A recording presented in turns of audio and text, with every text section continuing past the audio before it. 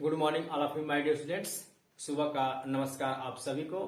जैसा कि आप सब लोग जानते हैं कि हम लोग सीटेट के बारे में पढ़ रहे हैं। आशा करता हूं कि आप सब लोग ठीक से तैयारी कर रहे होंगे और इसके साथ साथ में ये भी आशा और कामना करता हूं कि आप सीटेट में या जो भी आप पेपर की तैयारी कर रहे हैं उसमें आपको सफलता मिले। प्यारे बच्चों, हम लोग सीटेट के बारे में पढ़ रहे थे। हमने बहुत से प्रैक्टिस सेट करवाए भी आपको। आज जो टर्न है वो भाषा 1 हिंदी की टर्न है। तो प्यारे बच्चों, हम लोग आज हिंदी के ऊपर बात करेंगे कि हिंदी में कैसे प्रश्न आते हैं और किस प्रकार इन्हें हम सॉल्व करेंगे। तो मैं आपसे एक ही गुजारिश करूंगा मेरे प्यारे बच्चों कि आप मेरी इस वीडियो को बिना स्किप करके देखेंगे तो आपको सफलता अवश्य ही प्राप्ति होगी। प्यारे बच्चों, समय को ना खत्म करते हुए मैं सबसे पहले अपने पहले प्रश्न की ओर बढ़ता हूं। मेरा पहला प्रश्न ध्यान दीजिए, क्या है? मन में विश्वास रखने से किसकी प्राप्ति होगी? पहला प्रश्न क्या बच्चों कि मन में विश्वास रखने से किसकी प्राप्ति होगी। यदि हमारे मन में विश्वास है तो हमें किसकी प्राप्ति होगी, यानी हमें क्या मिलेगा। तो प्यारे बच्चों, जब किसी व्यक्ति के मन में विश्वास होता है तो उसे एक ही चीज की प्राप्ति होती है, वो है जीत की प्राप्ति होती है। किसकी प्राप्ति होती है बच्चों? जीत की प्राप्ति होती है। तो देखिए इसमें भी पहला ऑप्शन ही है जीत। तो मन में विश्वास रखने से हमें किसकी प्राप्ति होती है? जीत की प्राप्ति होती है। हार तो कभी मिल नहीं सकता है, पराजय हम हो नहीं सकते हैं। और जब हमारे मन में विश्वास रहेगा तो हमें किसी के प्रति हमारे मन में शंका उत्पन्न नहीं हो सकता है। प्यारे बच्चों, आशा करता हूं आप लोगों को समझ में आया होगा। दूसरा प्रश्न की ओर बढ़ते हैं। दूसरा प्रश्न है वास्तविक ज्ञान किसे कह सकते हैं, यानी कि हमें वास्तविक ज्ञान कब होता है। तो प्यारे बच्चों, वास्तविक ज्ञान कब होता है? आप बस इतना समझ लीजिए कि जब हम अपने आप को समझने लगते हैं। किसे? दूसरों को नहीं प्यारे बच्चों, जब हम अपने आप को समझने लगते हैं, हमें इतनी समझ में हो जाए कि हम अपने आप को समझने लगते हैं, तो उसे ही वास्तविक ज्ञान कहा जाता है। देखिए प्यारे बच्चों, क्या है वास्तविक ज्ञान किसे कह सकते हैं? ऑप्शन देखिए, दूसरों के बारे में जानकारी प्राप्त करना, ये ऑप्शन गलत है, नहीं होगा।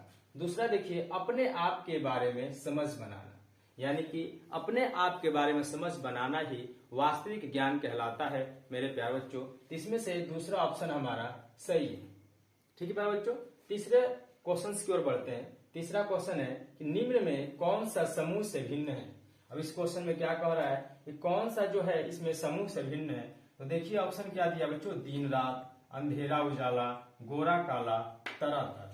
प्यारे बच्चों, थोड़ा ध्यान से देखिए ऑप्शन की तरफ। दिन रात यानी कि एक दूसरे के विपरीत हैं, अंधेरा उजाला ये भी एक दूसरे के विपरीत हैं, गोरा और काला ये भी एक दूसरे के विपरीत है, परंतु जो तरह तरह है ये एक दूसरे के विपरीत नहीं है। इसलिए प्यारे बच्चों इसका सही ऑप्शन है चौथा।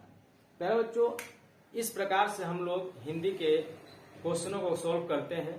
तो आप लोग क्या करेंगे, इसे स्क्रीनशॉट लीजिए या नोट कीजिए। फिर जिनका स्वाभिमान समाप्त हो गया हो उनका जीवन, यानी कि अगर किसी व्यक्ति का जो स्वाभिमान है, जो सम्मान है, वो खत्म हो जाए तो उस व्यक्ति का जीना कैसा रहेगा? खत्म हो जाएगा, बेकार हो जाएगा, यानी कि अशोभनीय हो जाएगा।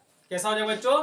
अशोभनीय। तो इसमें ऑप्शन चौथा है हमारा अशोभनीय, यानी कि जिनका स्वाभिमान समाप्त हो गया हो तो उनका जीवन कैसा हो जाएगा? अशोभनीय हो जाएगा।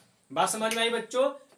समझने वाली भी बात है। अगर किसी व्यक्ति का स्वाभिमान ही नहीं रहा तो क्या जिएगा? वो नहीं जिएगा। व्यक्ति कैसे जीता है? अपने सम्मान के ऊपर, अपने स्वाभिमान के ऊपर व्यक्ति अपने पूरे जीवन को जीता है। तो जब किसी व्यक्ति का अगर स्वाभिमान ही खत्म हो जाए, सम्मान ही खत्म हो जाए, तो उसका जीना भी क्या जीना? खत्म कहानी है। ठीक है प्यारे बच्चों, तो इस प्रकार के क्वेश्चन आप तो समझ के भी टिक लगा सकते हैं। हाँ तो बच्चों, अब अगला प्रश्न देखते हैं। प्रश्न नंबर 5वां, संसार शब्द में इक प्रत्यय लगाने पर शब्द क्या बनेगा? तो जो बच्चों संसार शब्द में इक प्रत्यय लगाने पर जो बनेगा आपका, इक जोड़ देंगे तो संसार में जब इक जोड़ेंगे तो क्या हो जाएगा? सांसारिक। क्या है बच्चों? सांसारिक। ये ऑप्शन नंबर चौथा हमारा सही है। अगला प्रश्न देखते हैं, विशेषण शब्द का उदाहरण है। तो प्यारे बच्चों, विशेषण क्या होता है? विशेषण उसे कहते हैं जो शब्द संज्ञा और सर्वनाम की विशेषता को प्रकट करता है, जो शब्द संज्ञा सर्वनाम की विशेषता को बताता है।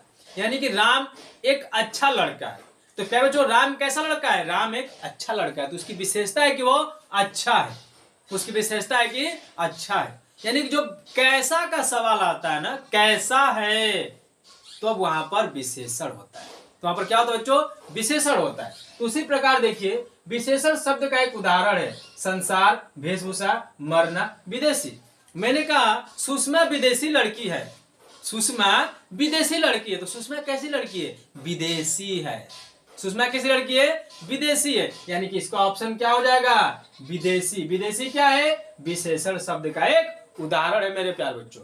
अगला प्रश्न देखते हैं, उदार का समानार्थक शब्द नहीं है, यानी कि उदार जो शब्द है उसमें यह ढूंढना है कि इसमें कौन सा समानार्थक शब्द नहीं है उदार का।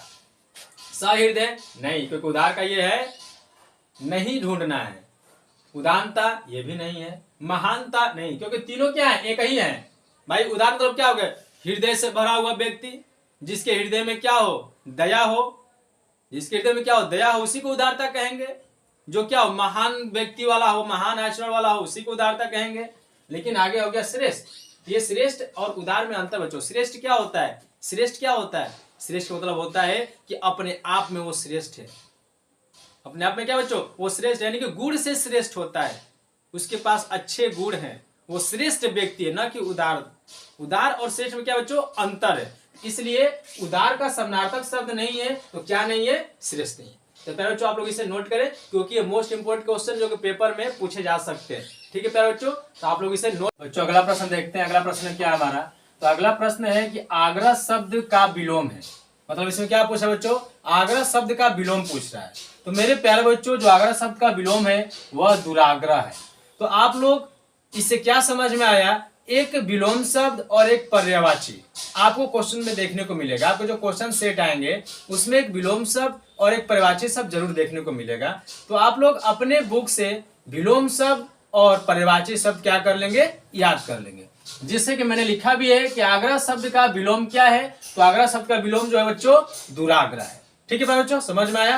अब अगला टॉपिक देखते हैं, क्या है क्वेश्चन हमारा, विशेषण विशेष्य का उदाहरण नहीं है। इसमें से विशेषण और विशेष्य का उदाहरण कौन सा नहीं है, तो देखो बच्चों तीव्र, पहला मैंने तीसरा ऑप्शन लिया है तीव्र। तो तीव्र तो क्या होता है, तेज, ये विशेषण है, इसलिए हमारा ये ऑप्शन नहीं हो सकता है। आड़े, आड़े, आड़े मतलब क्या, कैसा, आड़े, तो ये भी क्या बच्चों विशेषण है, इसलिए भी क्या हो नहीं सकता है। विरोधी प्रचार, कैसा प्रचार है, विरोधी प्रचार है, कैसा प्रचार है, विरोधी है, यानी कि भी विशेषता बताई जा रही है, ये भी नहीं हो सकता। शीर्षक नाटिका, ठीक है बच्चों, शीर्षक नाटिका, इसमें कुछ विशेषता नहीं बताया गया है, इसलिए हमारा ये विशेषण विशेष्य का उदाहरण नहीं है। ठीक है बच्चों, अगला देखते हैं, संसार में कौन सा उपसर्ग है। तो बच्चों संसार में जो उपसर्ग है हमारा वो सम है। क्या बच्चों, सम है। तो इस प्रकार का क्वेश्चन बच्चों पेपर में आएंगे। ठीक बच्चों, आप लोग इसे नोट करिए।